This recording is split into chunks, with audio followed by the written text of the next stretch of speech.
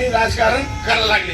आपण काय करतो, आपलं खरं बोललं असं खरं सांगितलं, आपल्याला खरं एक जागी येणे. आपण आपल्यामध्ये फूट पाडण्याचं पहिले काय काम केलं, यांनी फूट पाडण्याचं काम केलं आणि पक्ष मजबूत करण्याचं काम केलं. प्रत्येक माणसाला आजपर्यंत त्या आरक्षण नोकऱ्या बंद झालेल्या आहेत. कोणी बोललं नाही. ठेकेदारी पद्धत चालू आहे. ठेकेदारी पद्धत कशी आहे की ठेकेदाराने 5,000 रुपये 6,000 रुपयाच्या झाडून बाई करते, तिला 6,000 रुपये महिना म्हणजे 200 रुपये रोज. तिनं सकाळी उठायचं 5 वाजता, पोटासाठी कणगी भरासाठी महिला काम करतात.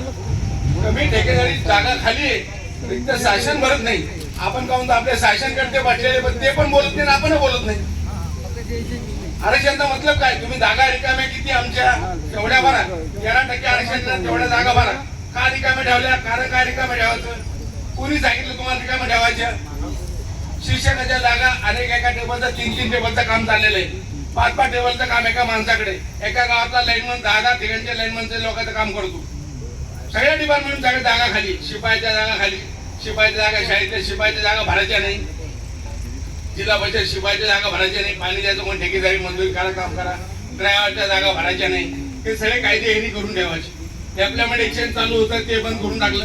एक जागा निघायची, त्या जिल्ह्यातली भरती निघायची, ते जिल्हा बंद करून टाकला. कारण सगळ्यांनी अभ्यास करीत बसू नये. सगळा अभ्यास रोज गरीबाचा अभ्यास करत बसू. जालन्यामध्ये 1,31,000 जिल्ह्यामध्ये NPS मध्ये लोक राशन कार्ड मध्ये त्यांना धान्य मिळत नाही. ती बाई जात तहसील मध्ये बॉन्ड करा, तुमचं उत्पन्न काढा. उत्पन्न काढलं कोठाच नाही. त्या बाईनं कोठा कोणाला मागव. तिला माहिती इस्लाम काय आहे, काय भानगडे. आपण या गरीबाच्या